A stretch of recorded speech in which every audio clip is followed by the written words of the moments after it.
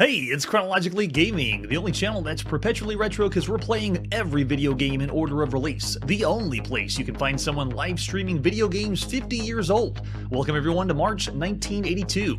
We last played the seminal Pac-Man release for your Atari VCS. And the first thing we're going to do tonight is go back to Battlefield. A game that I did not have, but thanks to Paul, I really appreciate it. We can now play Battlefield for the Apple II. This is by Dynacomp. Released at some point at the end of March 1982.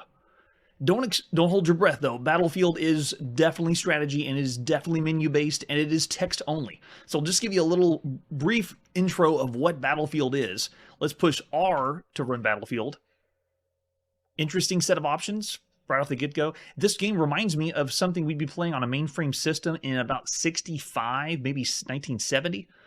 But here it is on your Apple II that you could play. I have no reference exactly if it's based on a game from the mainframe. It just feels that way. It gives me the vibes. Do we want to restart? Yes. Which file do we want? Let's do file number 1. This is a game we're not going to get too far on because we also don't have the manual and it requires lots of commands, very similar to other SSI or high strategy games from the early 80s. Looks like we're going to need to fast forward. There we go. Now what option do we want? We can see the board, unit status, victory, record table, code symbol, player turn. Let's just go player turn. That's what we're looking for. So this is what I've seen the screenshots of. It shows the overview of the map and then what you're able to do with your different commands. But oh man. So on return number 1, it is just a bunch of random commands. It almost feels like we're reprogramming the RAM addresses of the system. So it's just saying, okay, put in any one of those commands. How about B? And what it'll do is it's changing the units that you have displayed at the top of the screen. But man, oh man, simple as it comes. So that's Battlefield. I originally rated it broken 1 just because we couldn't play it, but I'll still say of all the games we played, it's still, if you had the manual, it's a rough strategy title for 1982. I'm going to say it is bad. 1.5 stars. It got a little notch above for Battlefield, but we've played lots more. Check out SSI. And after Battlefield, let's go back to where we were, leaving off on Pac-Man. Let's press forward and see our next game. Our next game is for the Commodore VIC-20. This is the compilation, the Canadian Tire Sampler Disc. So it's a compilation of different games. The first one we're going to check it out is Alien Waster. Let's take a look at Alien Waster, starting with the box itself. This will be what you get whenever you bought the Canadian Tire sample disc. And you can see at the bottom it has 2 sides of the cassette. The cassette has a bunch of games on one side, and then right on the other side of me, there we go, is lots of titles. A few of them we've already seen, and so I'm gonna be playing those, but all the ones we have not seen we'll be checking out. Yes. Did you get the a mail order whenever you send it in? You send your address and they ship this out to you? Let's pop in and play Alien Waster. This is released March 20th, 1982. I'm sure you could have got it earlier. Depends on when you ordered it. All right, Alien Waster, use the joystick. Press fire to start. Oh, it works. Joystick on the VIC-20. We're in. It used the fire button on the Commodore VIC-20. Nice. Oh, nice. There we go. So the controls are just left, right, and fire. It is telling me my shot's at the top of the screen, but once I make the shot, the game freezes. Well, it does the explosion. Right now, the game is not moving. So gameplay is a little limited. I'm used to shooting one at a time, but stopping the movement of yourself at the bottom is pretty bad. And also notice that the enemies are just, is it different symbols? Is that a club that we're shooting? And as I move around, that's all I do. It's just almost like a very even simple shooting gallery game, not even a space game based on Space Invaders. So Alien Waster is pretty much a waste of time. I'd say of all the games we played, it's a bad title for sure. For shooters, it's way down there. I'm going to say 1.5 stars for Alien Waster. It was part of a compilation though, so your mileage varies. Our very next game is Breakout for the Canadian Tire compilation. This one is also 1982. Let's see with artwork. We don't have anything there. We have alternate versions we'll be checking out. But on the Canadian Tire compilation, here's Breakout, March 20th, 1982, by Commodore Business Machines. All right, so this one used the cursor keys to move the paddle. Uh-oh, no paddle, no joystick? All right, only cursor keys? It is. I was trying the joystick to see, but no. This is using just the 2 keys on your VIC-20 to move left and right. But there you go. It is Breakout. Large, colorful blocks look nice. The flicker is a little interesting when it is using NTSC, so we should be hitting 60, but it feels like it feels like the it's struggling just a little bit. But it also is hampered because I'm using the keyboard, not a paddle, to control it. We've seen something a lot smoother for the VIC-20 for sure.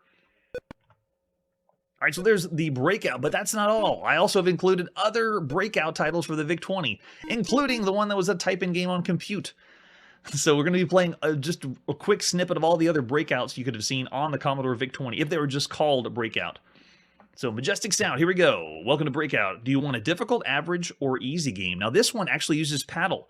So we're going to do one for a difficult game, plug it in the paddle for our Commodore VIC-20, and it's there. Wow, but it's a paddle-controlled game, and it's not smooth. It's still tile-based. Wow. I don't think I've seen that. Every time we plug a paddle in for anything on any home computer, it's really smooth, but this one is not. I will admit it is better than the keyboard commands of the one in the Canadian Tire compilation. Wow. All right, so there's one other variation. The other one we have is by IPC. This is another type-in one. Comes out around December 1982, is what they say. We'll just check out them all while we're here. What level do we want? Let's go 9. Go crazy. All right, so what are the controls on this one? I don't think we have paddle. We don't have joystick. Yep, it's keyboard. So this one's keyboard only. I'm using C and Z to move left and right. They got multicolored, but every single one of these games, just called Breakout so far, is using a tile-based program instructions, so you can tell the flicker as it moves along the screen. Not nearly as smooth as other Breakout titles we've checked out. We'll just keep trying more Breakout and see if we find a better one. Oh, and we broke it. We broke the Breakout. And then our last one, the other ones we won't see until 2010. So the last one's by High Tech, does use a paddle. Let's see how this one is. This is just Breakout. All titles called just Breakout on your Commodore VIC-20. Welcome to Breakout. Use the paddles. We want difficult. Oh, this looks exactly the same. Is this the same one? Oh, really, really similar. Yeah, it's basically the same one. And why is the paddle so small? For all the Arkanoid fans, I want to pick up the F capsule and increase the size of this. It feels weird to play Breakout with a paddle that's this tiny. All right, there you go. So Breakout in several flavors for your Commodore VIC-20. I'd say still for all the titles, it's still a bad title. Breakout itself has mileage. If you're really a big fan of it, it still is enjoyable in the early 80s. But for these titles, I'll say 2 stars. We know we've seen better on the Commodore VIC-20 and better Breakouts. Yikes. Oh yeah, Chiptune's going 1. All right. Let's move on to our next game. Also part of the compilation is Car Race. Same one by the Canadian Tire Company. For this, we have another one by the Hayden Book Company that's translated in Dutch. We'll be just going to do in the Canadian Tire for Car Race. This is March 20th, 1982. There you go. Race your car, which is red, or the red dot. 5 laps around the track against the VIX car, which is blue, so it's 1 player only.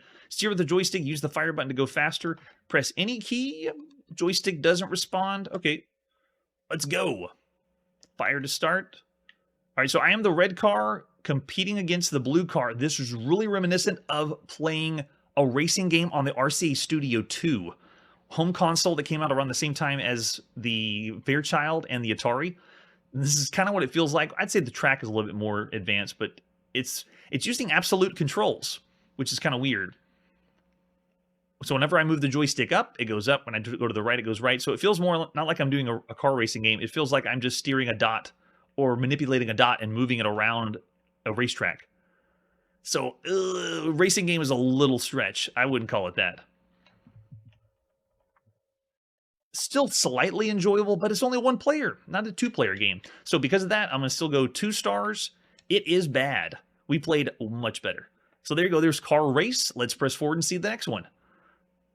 Next one is Dam Busters, also part of the Canadian Tire compilation. Let's take a look at this one. Nothing different here. Yeah, pop it in and play. Dam Busters, March 20th, 1982. Yeah, maybe we should add all these as half a star and then combine them all together, and then whatever the combination is, that's what the compilation will be. Destroy the dam by pressing the space bar, but watch out for anti-aircraft fire. You have 3 planes to do the job. Press return. Am I using a joystick? I am not. Okay, so it's just space bar. I'm at the top of the screen. You can barely see me. Oh, it switches out where you are. But you use space bar, and it's literally blowing up a dam. So not based on the arcade game, Dam Busters. But I have no control over the craft. It just moves across left to right, and then you hit spacebar to bomb the dam. Oh man, so think of it like this: you don't really have control over the plane. I don't have any. I have no way to determine if I'm going to miss a shot or not. Guys, so it's a little luck. I'd say really bad. That's going to be borderline broken because of the games we've seen. You can't even control the plane of what's going to happen, and it's not based on the arcade. So Dam Busters, no, half star.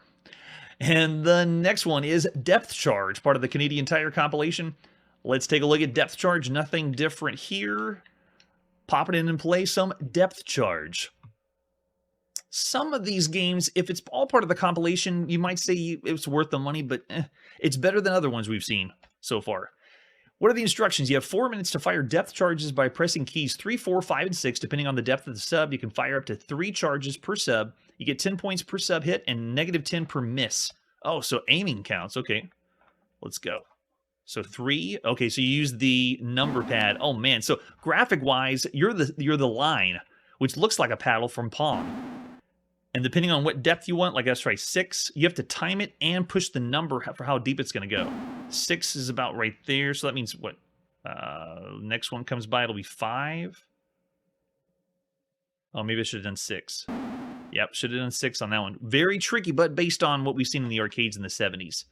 That's okay, it's not too bad. It takes a little bit of practice, but you can see graphically it's not really doing much. I'd say 2.5 stars for depth charge, but you know what? We're still going to go 2. 2 stars. They're all bad. Moving on to our next one. Here's Miniature Golf, also part of the Canadian Tire compilation. We're just going to go and breeze through all of them. Let's see what Miniature Golf's like. March 20th, 1982. Oh, if it's free, then it is a steal. This is a good compilation. You didn't pay any money for it.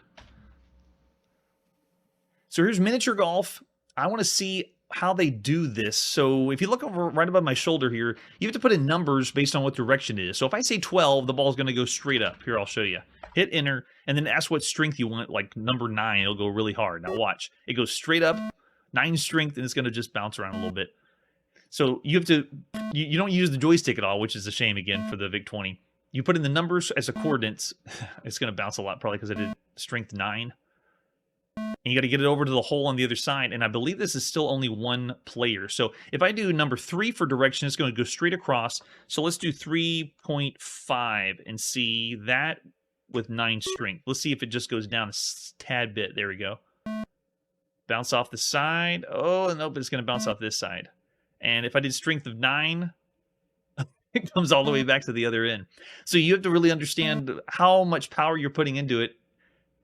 Oh, it's going to keep going. 9 really is tough. Okay, so let's do just 3. Going all the way to the right. And then let's do 4 for strength. Let's see how far that goes. Come on, go! Wow, 4 still banks it off the end. Way too much. All right, do it again. 3 and make it power of 2. Come on, stop, stop, stop. It works. And then we do, what was that, 10? And power of 1. Go, go, go. We got a hole. Now, does it even have other holes? Does it redraw? It does. It redraws another one. There we go. Now, I didn't use the controller, but I'd still say it's all right. I'm going to still say subpar. But the best one on the compilation. And shame again, it's only one player. So 2.5 stars for miniature golf. Next is, and the last one of the compilation of the Canadian Tire Company is Tank Gunner. Let's take a look at Tank Gunner. It's March 20th, 1982. I want my money back for this free compilation that I didn't pay for. All right, we're in. Use 4, 5, and 6. No way. So 4 and 6 turn your gunner, which moves forward on its own. It's moving forward by itself. I'm just using 5 and 6 to turn the gunner, and then 5 shoots the shot. Oh, man, it is terrible. I don't think I've ever seen an automatically moving tank game yet, but this is probably why. Yeah, you move around and have to destroy everything in a certain amount of time. Oof. Yeah, painful. Very bad. 1.5 stars, definitely, for Tank Gunner. It's not broken. It has some kind of merit. I wouldn't go far as calling it broken, but it's damn near close. All right, so there you go. That's the whole compilation of the Canadian Tire demo disc, introductory disc, whatever you want to call it. Let's press forward and see our next game. All right, our next one is the Game & Watch. This is Fire Attack. Yes, the handheld that we really want to play. Let's take a look at the box for Fire Attack. This is another one part of their widescreen series. We flip it over on the back, and have we played it all? Turtle Bridge, Fire, Popeye, Parachute, Octopus. Yes, so we've checked out everything so far. This is the latest and newest Fire Attack. Better than Fire, I guess. Or we have for Fire Attack. There's the example of the system itself, and I think, yeah, that's it. Here we go. Put it in the palm of our hand. Fire Attack. It is March 26th, 1982. Yeah, there we go. Oh, man, I'm really excited. I don't even know what it is. I just really enjoy Game & Watch. So let's push Game A. Looks like we got 4 buttons. I can hit up and down, and then hit right side. Get him, quick. Oh, wait, I burned up. Oh, you have to avoid the flames, too. Okay, so you are using the mallet, but you also have to get out of the way of the fire. Like that. He threw the fire at me, but I was supposed to move out of the way, so I've already missed twice. So it's not just moving your character into a place to hit someone, it's to move, get out of the way. He's going to fire it up. You have to also dodge fire and also whack him with a mallet. Was that it? Was that the game? Okay, we'll do Game A again. So I have to dodge that one. I only have 4 different directions I can move. Oh, so you got to hit the fire in the air before it gets to you. Whack him. Why isn't it working? Am I missing a hit? I thought it was in the right spot. And he's lighting us on fire. Let's see if we can get this one. I didn't catch that one either. The first Game & Watch where I'm not able to just pick up and play. There it is. Get down again. We'll hit Game A. Let's see how we stop the fire. Oh, you'd have to hit it twice. Okay, I got it. Okay, I see. You don't just move them into the spot. You can actually mash the same hit button again, and then wherever you're placed, then you attack. So that means I should go up here and smack this sucker, right? Yep, got it. Oh, he got me. So, very interesting. It is different than the other Game & Watches we've seen. It allows you to be in the right spot, but then you have to hit the button over and over again to redirect the fire. It's classic cowboys and Indians.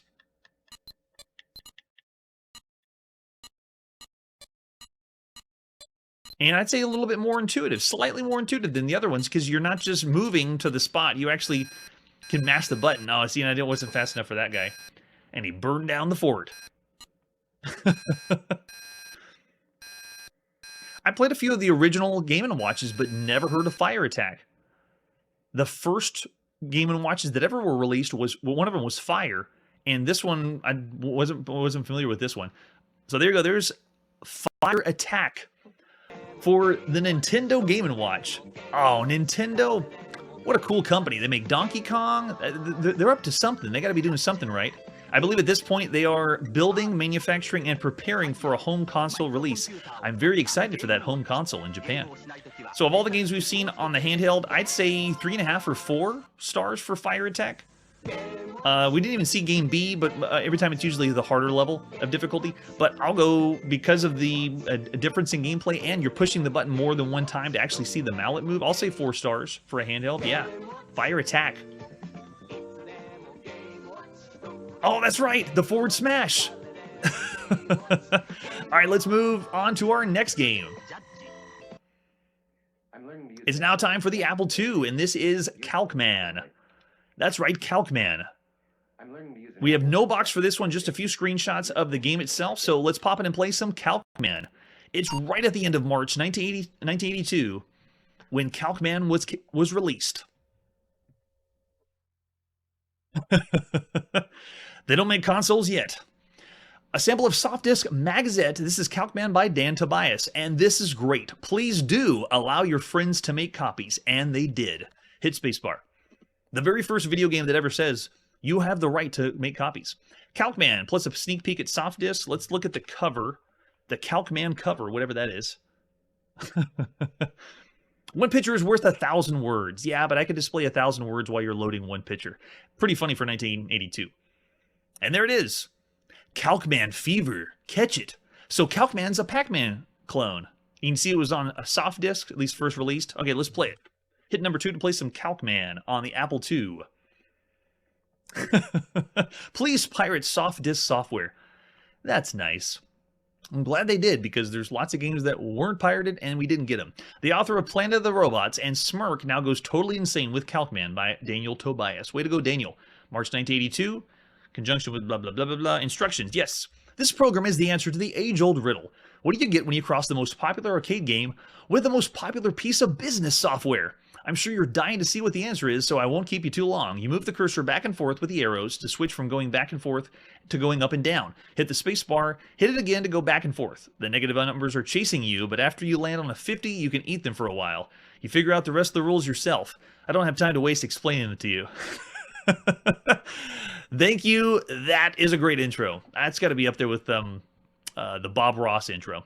All right, so hitting the key to continue. Now, I believe it's Visicalc. So this is a combination of Visicalc and Pac-Man. Here we go. The top 10 high scores with the current run are kept along with the name of the 16 characters. Very, very, very, very nice. In addition, all-time top 10 is kept on disk, so you can save that. And we've seen a few other games do that on the computer. Please make sure there's a disk in the drive, blah, blah, blah. We won't be saving anyone's here. Enter today's date. Oh, gosh. Today's date. All right, so let's say March 29th. 1982. Never had a game ask for the date. I'll just pretend it's 82. I feel like if we put in the current date, the computer might blow up or something. So here we go. It's Calc-Man. It's Visicalc and Pac-Man. I didn't even know this existed. I don't even know how you play the game. So I am a white space in the middle of the screen, and around me are negative numbers that are moving. Can I not switch? And the negative numbers, I guess, are the ghosts, because they're bad. And you don't want to get the negative numbers. You only want to get positive ones. Now, the arrow keys were allowing me to go left and right. There he goes. And then I can switch now to going...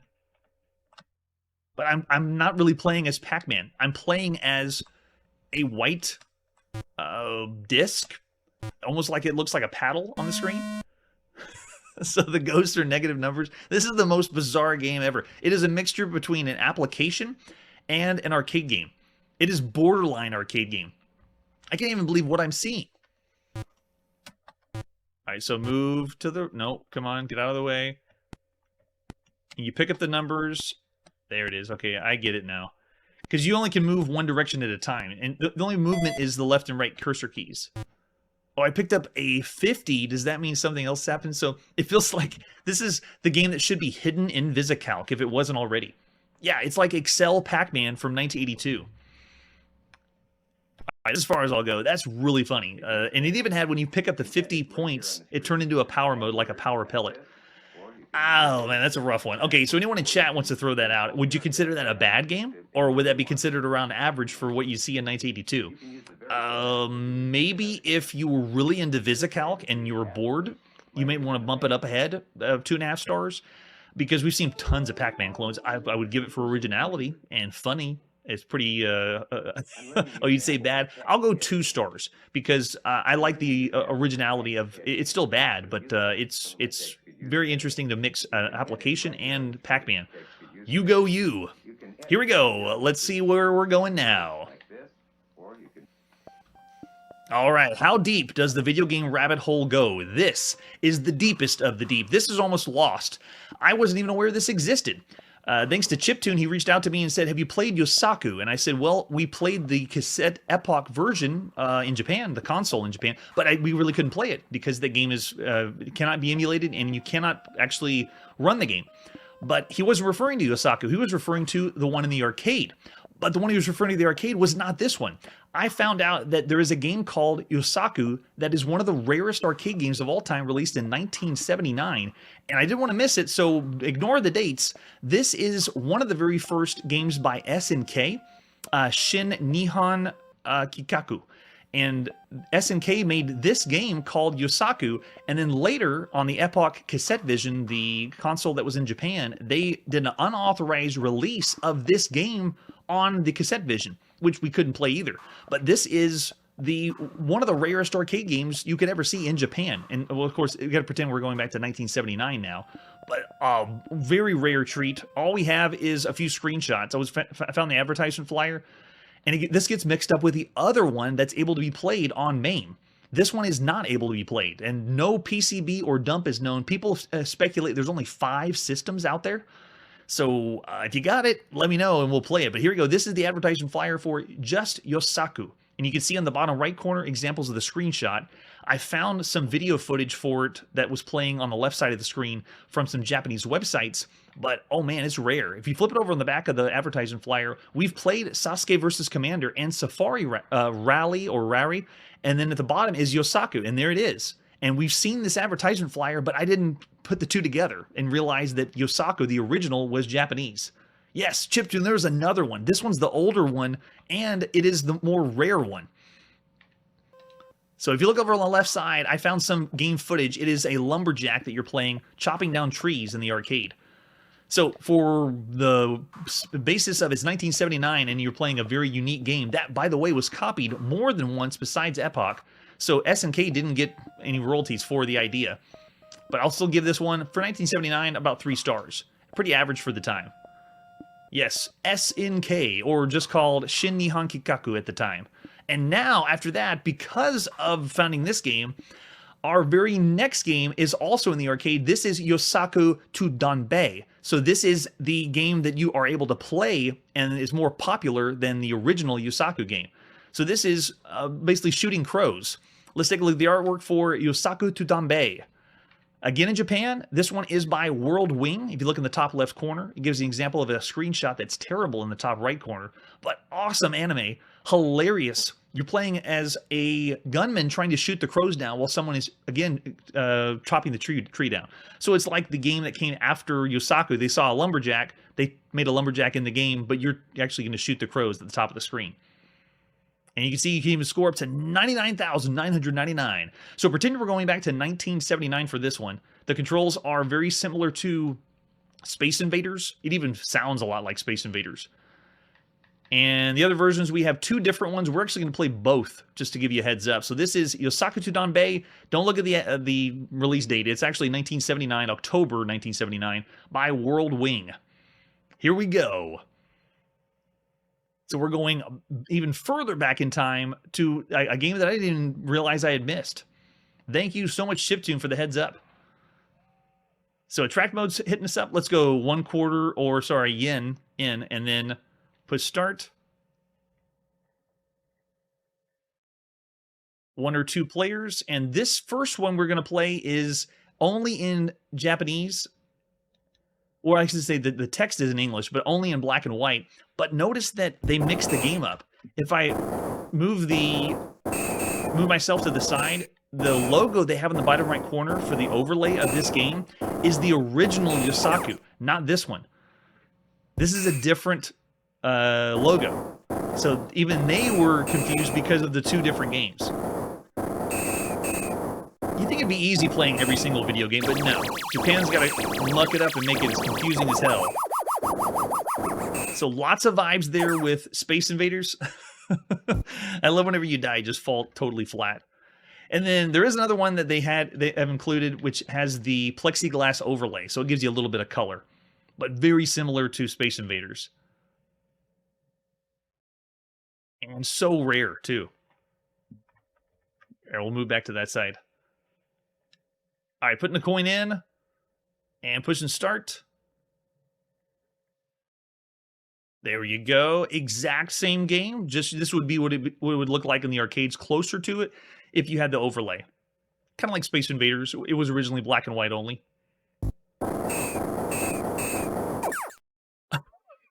And you're dying so fast. But you notice that the birds really aren't moving. They're just flickering on and off across the screen.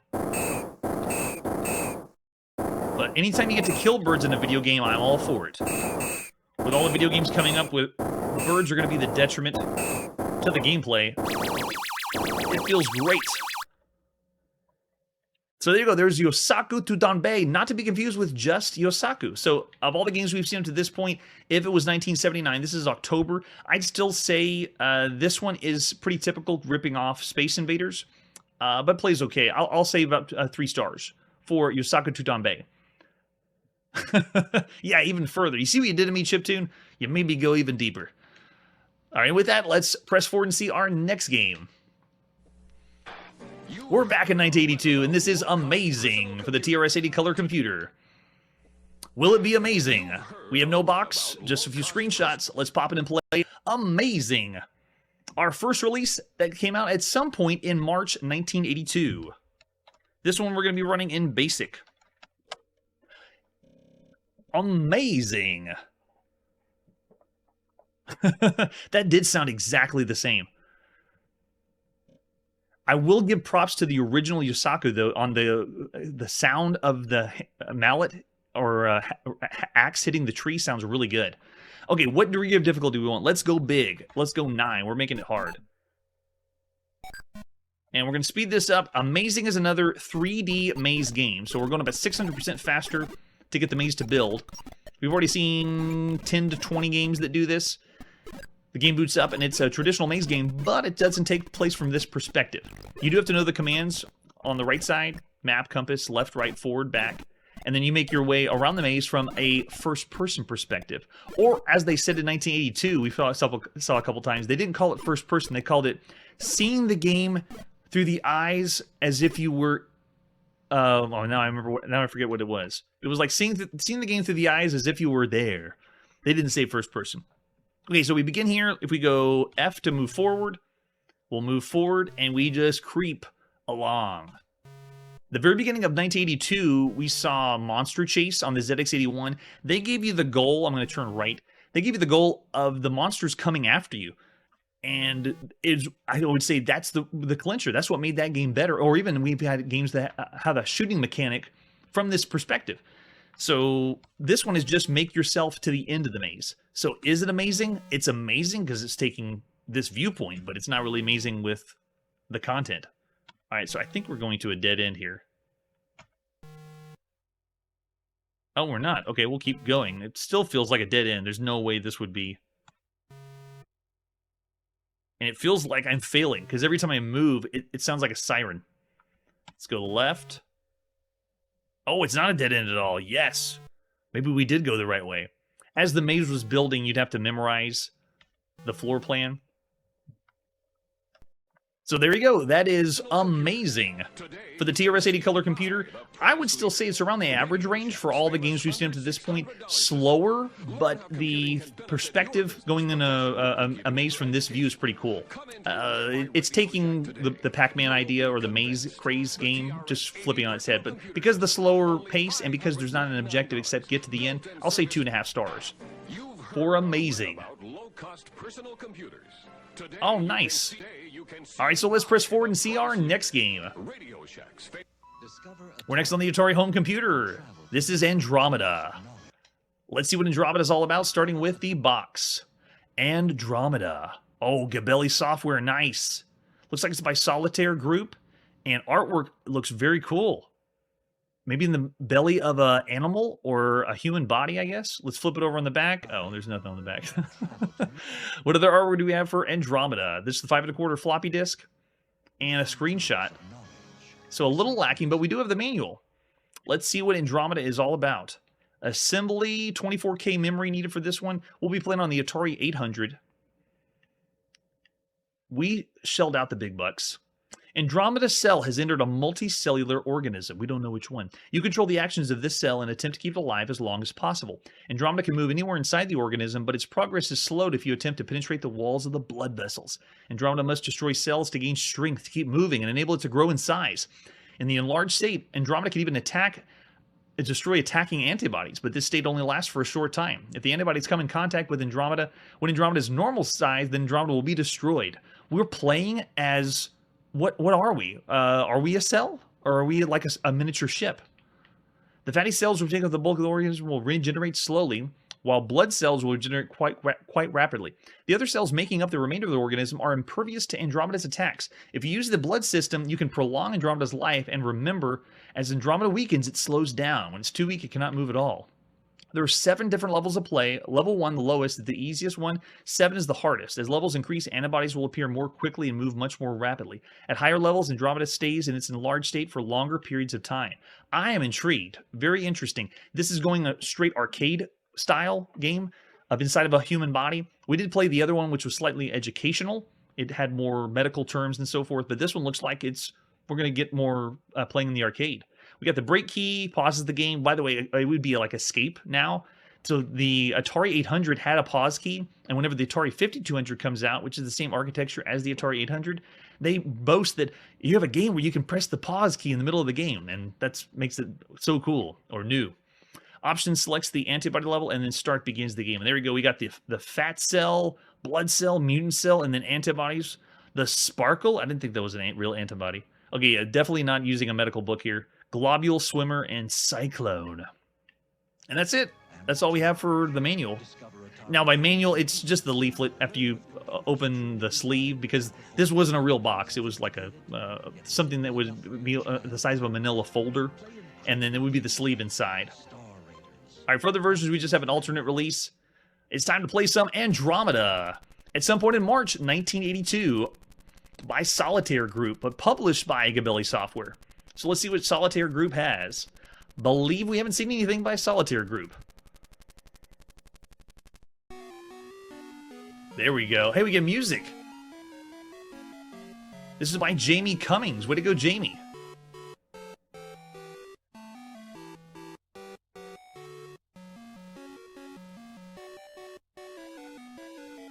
I can't tell if that's public domain or not, but when we get an intro like that, it's pretty cool. Very rare. But the few ones we've seen have been on the Atari 800.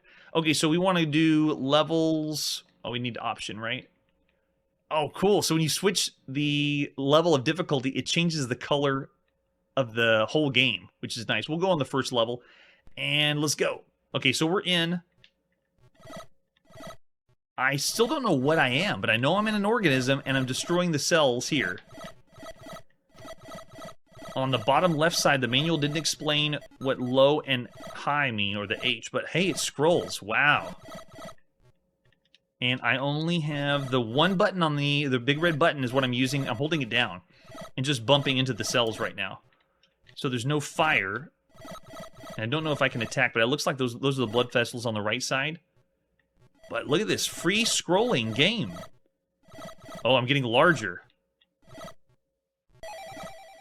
And I don't see an indication. I just visually know that I'm larger, but I don't see anything at the bottom telling me what it's changed. I think the meter on the left is going from L to H. Let's see if I touch that, what happens. Okay, I can take him out, but I take a hit. Looks like it made my meter go down a little bit. And I haven't tried going in the blood system yet, because I heard that's a little more difficult, so we're going to stay on the side just killing cells.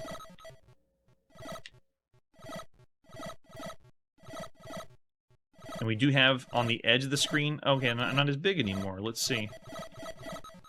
Oh, they all came back. Whoa! How bizarre! What a cool idea for a game, though. It's not a game where I'm shooting, either. But I'm able to move around... Look at that. That's awesome.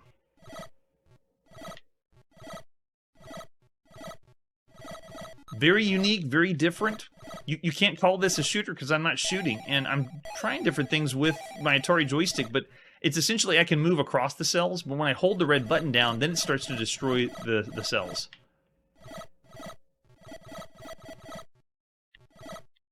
I'm very intrigued. I also want to know what would be the best strategy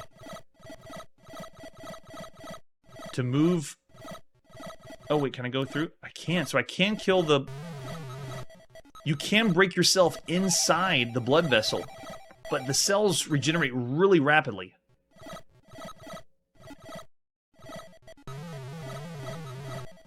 I just love that it is free scrolling around. Let's see if I can break it myself through. Can I go in? I am in. So you can move around once you're inside. And it looks like I can't kill... Nothing's happening when I try to kill the actual blood cells. But it's a way to move through the organism faster. And then I can break my way out, and then just start tearing up this side over here.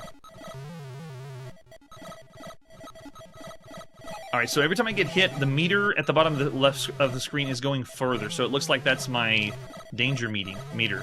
But I haven't died yet.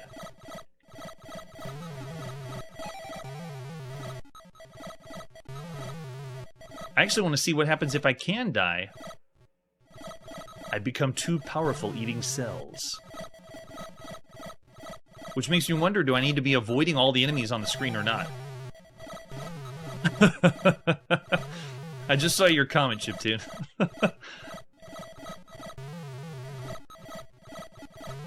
Remember how much imagination you needed when you played Atari VCS?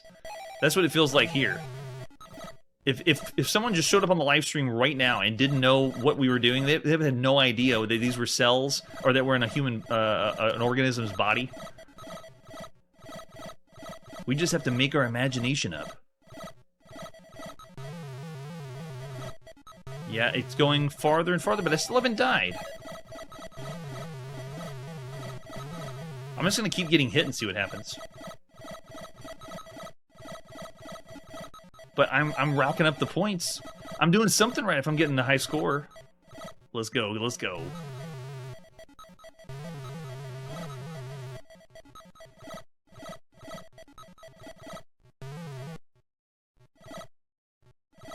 Okay, now I got smaller. All the crazy things have stopped the screen. But I still have not died. For a channel where we're playing every game, and we've died really fast here on the channel, this is very bizarre to be going this long without dying. Where I think I'm getting hit.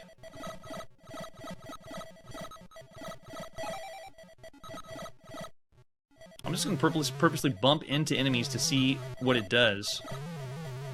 It's not really moving the meter in the bottom left very far.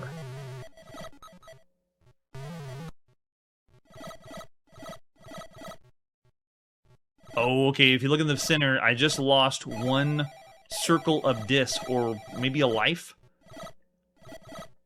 I see. Okay, so I kind of enjoy that. Andromeda is an interesting concept just because it's different, but it's missing the mark on a few things. One is, whenever you're playing, it's hard to determine which is doing something good for the game or bad for the game.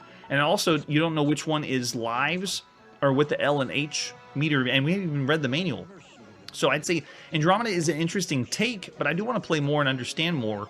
I still say the free scrolling's really cool. I'll give it a 3-star. I wanted to do an above average rating for Andromeda because of how unique it is, but it's so unique that it's a little off the cuff, so we'll go 3 stars for Andromeda. Yeah, I'm with you. That sounds about right too.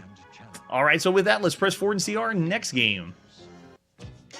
We're next going to the IBM, and this is Black Box. Let's take a look at Black Box. We have no box on Black Box. We just have a few screenshots, so let's pop it and play Black Box. At some point in March 1982, this is by International PC Owners. The super old International PC Owners, IPCO.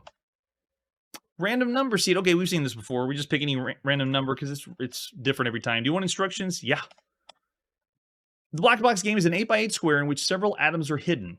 The object of the game is to discover the position of the atoms by projecting rays at them from the sides of the box and noticing how rays are deflected, reflected, or absorbed. Rays enter the box across one of 4 edges and travel horizontally or vertically. The path of the rays is governed by these rules.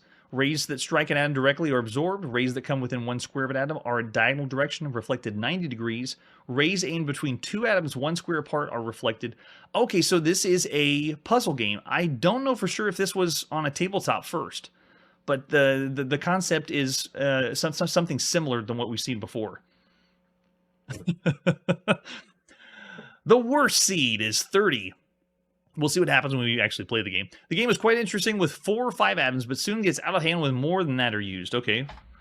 To make the game more interesting and to minimize random guessing, a scoring system has been devised that awards points as follows. A ray enters, which emerges is scored -1. Rays reflected score +2, and rays absorbed score +3. By entering a ray of 0, you're allowed to guess the number of an atom, and wrong guess scores -5, correct scores 10. By the end of the game, enter the game and peek at the location of the atoms. Enjoy. I don't know about enjoy. So here we go. Number of atoms. How many do we want to play with? Let's do 30 is the number of the night.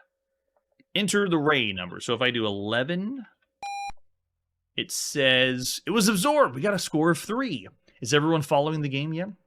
Okay, so what if we do 30? We got another one absorbed. So we got another score of 3. So we have a total score of 6. Let's do 16. Another one absorbed. We're doing great. Fantastic puzzle game. I'm just picking up right off the bat. Let's do 17. Another one was reflected, so we got a 1 point for that one. Nice. Okay, how about 20? So if you haven't caught on yet, the atoms are in the center of the screen. They're invisible. We don't see them. And what you're supposed to do is use the numbers around the outside to shoot a ray from that point, and it's going to hit one of the atoms, which is invisible in the center. And so by the end of the game, you guess the location of all the atoms. We said we wanted 30 atoms, so we're pretty much going to hit an atom every single time. And the idea is it's a puzzle game where you're supposed to determine where the atoms are. Man, pretty obscure though. Yes, it's a math game. I'd say of all the games we've seen up to this point, Black Box is kind of subpar, bad, because the titles we've seen for puzzle games, they usually are like this in 1982. The early 80s, the puzzle genre is more of like the Brainiacs. You want to play something, you have to be really smart to figure it out. But it's not as fun as intuitive. So I'll say 1.5 stars for Black Box. Minesweeper would be a big stretch, but yeah, you are guessing in the middle of nothing. But it's just not as intuitive with the way that you select numbers and it shoots the ray off. All right, let's see what our next game is. We're now playing card games for the TRS-80 color computer. That's right, card games. Let's take a look at the box for card games. This one has Solitaire, Solo Poker, Last Pirate, not familiar with that one, Go Fish, Blackjack, and War. Cool, but we got War on this? Nothing on the back of the box. Let's see what other artwork we have for card games. We have the advertisement flyer. Card games is on the right side. It costs 20 bucks, at least on this advertisement flyer. 6 exciting games in one. The first time we've ever seen Go Fish in a video game. And then an example of the screenshot. And we also have the manual for card games. Now this one on the disc that we'll be playing on has all the card games individual in BASIC. We'll be loading them up one at a time, but I don't know if we'll play all the card games. You get the idea if it's solitaire. It's a lot of fun for everyone. Kids of all ages from 8 to 80 will want to play. Solitaire, Solo Poker is most likely stud or draw poker. Perfect opportunity to polish your poker face. Last Pirate. If your last card is the pirate, you lose. Oh, it's like Old Maid? Is that what Last Pirate is? And then Go Fish, Blackjack, and War. Before playing, make a backup copy of your disc. I'm sorry, of your cassette. We need the TRS-80 color computer, standard color television. Yeah, we want to play these games in color. Solitaire. Why did they pick the boring old man? I don't want to play solitaire. Oh. There's the rules of the game for solitaire and the objective. Which one is it? Is it Klondike? Yeah, Klondike solitaire. Okay, cool. How do you play Klondike solitaire? With the card layout? Nice. Moving the cards around and the Ace Foundation. What deck you'll be playing with, and then how to move the... Oh, man, so it doesn't use the joystick, it looks like. We got keyboard combinations to move the cards. Yikes. So you'll need to know that whenever you're playing. And then we have solo poker. Does it say draw or stud? Don't see anything here, but solo poker, I guess we're playing with other people. And then it shows you again the commands you'll need for that one. Glad we have the manual because a lot of commands for a card game is tricky when you're not having to use a joystick. Yeah, right? Before, I'm really familiar with Windows Solitaire. The most popular Solitaire, obviously. And we also have the scoring. There it is, Last Pirate. You get caught with the pirate. It's old maid. Never heard it called Last Pirate before. Cards go out, and then you swap them around. You get rid of pairs. Yep, taking rid of cards. Nice. And then go fish. I'm not going to read the manual too much. It's card games. Let's pop it and play some card games. At some point in March 1982, we were blessed with card games. So on the disc, let's pick one game to play. Let's go with Go Fish. We haven't played any Go Fish at all. This will be the first Go Fish of computer game we've ever played on the channel. And it probably won't be the last. Oh, nice. A young person's card game by James Guerin. Way to go, James. Licensed to Tandy. Ah, the Coco's green glow. Let's all bask in it. They have a shuffling animation, very quaint. Oh, look at that. That's the color computer right there. We played lots of card games that are only black and white. How much color are they giving us is the question. Okay, give me... Okay, so you're saying... Wait, what? Is that the... Okay, this is what we have on hand, and it's already matching up pairs. So let's say give me a ace. You have no... Okay, we have no aces. Give me your... Okay, we got to give something. Let's give him a 10. I have 1 10. Nice. Give me your 7. They got 1 7. Nice. We don't have to go fish. Okay, give me a king then. Oh, go fish. So it draws a card. Which one do we get? We got an 8. Nice. I like how they have this all in a grid prepared for getting the pairs and everything. Oh, yeah. Spider Solitaire and Free Cell. Yeah, those are really good ones. Yeah, so no Spider Solitaire. It is fun. It is very fun. But okay, there you go. Go Fish. You got the presentation, got the idea. Every other card is going to be slightly different, but you can see what they're going for with card games.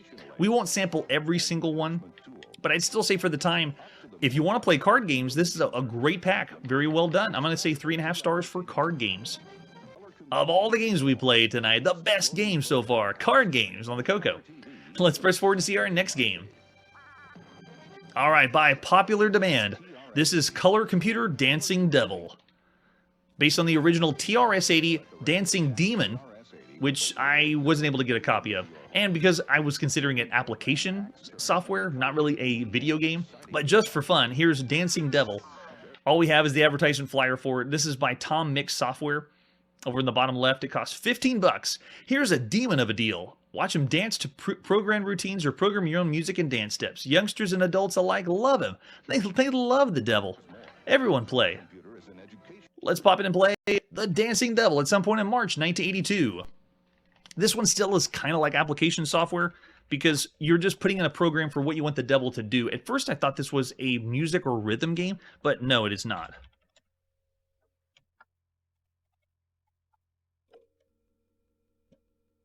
I was thinking we put in a command and whenever we type in, he dances or moves to that, but it is not. You just tell him what you wanted to do, and then after you tell him what you want to do, then you execute it, and then he just dances, and that's it. Tom Mix Software. Here we go. Color Computer. Dancing Devil. There he is. He's dancing. Actually, better frame rate. Oh, and he bows? Oh, isn't that nice? So now we just... I don't have the manual, so I don't know what keys we push. Oh, there we go. Edit musical score, edit dance routine, let the show begin. If we do that, what happens if we... Speed factor. Oh, let's make him go crazy. 200. Number of shows... 1. This might be super fast. I also don't think he'll do anything, because he didn't program to do anything. He bows, very, very cordial, thank you. Do the hustle. Oh, is that it? Since we didn't program anything, he just bows and then leaves. We paid for a dance. So you can change the music. Oh my gosh, really change the music. Let's see. I'm just going to do different.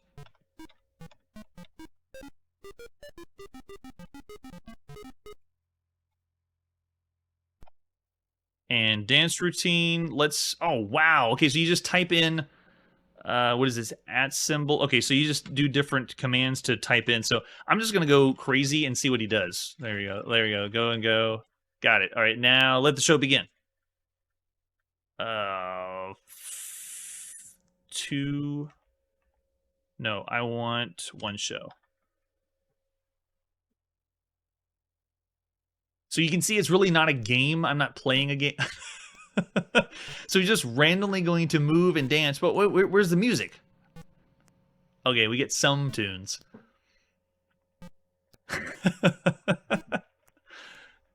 It's Dancing Devil. Way better than Dancing Demon. There you go, a taste of Dancing Devil. Okay, that would be fun. It's kind of like whenever I would play with the talking parrot at the time, where you talk into a microphone and you hear the parrot respond. It's the same idea. Yeah, it's in color. So there you go, Dancing Devil. I don't know, software, it's not really a game, but it's not bad. I would say 2.5 stars. It is so quaint, though. You put in your own music and your own dance routine, and you watch the devil dance. Man, kids playing with Satan, I don't know. That's a tricky one. For 1982, it's still a blast. Yeah, we'll go 3 stars for Dancing Devil. We're on par tonight, Chiptune. All right, so let's press forward and see our next game. Our next game is Cosmic Superbowl, also for the TRS-80 color computer. Another one we don't have a box for, just a few screenshots. Let's pop in and play Cosmic Superbowl at some point in March 1982. From Dancing Devil to this, I don't know how we're going to top that one. Superbowl. This one's kind of a cool game because it's not just a sports football game. It's a futuristic, takes place, a cosmic sports game. But it's basing it off of the handheld Mattel football. The only other video game that I can think of that we've seen on the channel where they took the handheld Mattel football game and turned it into a computer game. Cosmic Superbowl versus Galaxians. So by TDK, what level of play? We'll just go 2 for now. Do you want to enter names of the participants? Yeah, let's go. Enter the names. Let's go Chrono and... wait, oh, can I not go back? Oh, I was going to do L. Curtis B. We did LB instead. So you can see the playfield is very similar to Mattel football. And how we move across the screen, though, does this even use the joystick? No, I don't think it does. We didn't have the commands for this one. I'm trying the usual enter space, but I don't see... It's my turn to decide what play I want to make. And we're just moving it from one side to the other. Okay, there we go. Arrow keys work. And all I have to do is get across to the... So I'm just moving my piece from the left all the way to the right side. If you've played the handheld Mattel football, it's the same idea. Oh, was that first down or 4th down already? Okay. I think that doesn't make... Go, go, go, go, go! You have to rush the pass. The sci-fi theme's pretty cool. Can I go up? Okay, yeah, I can go up and down too. But it's going pretty quick. It's probably because I made the level of play so difficult. I could make this a little bit easier. And then we switch sides. So the next L. Curtis B would be up, and then they move themselves across or try to get to the other side and get a touchdown. Wow, we're going down so fast.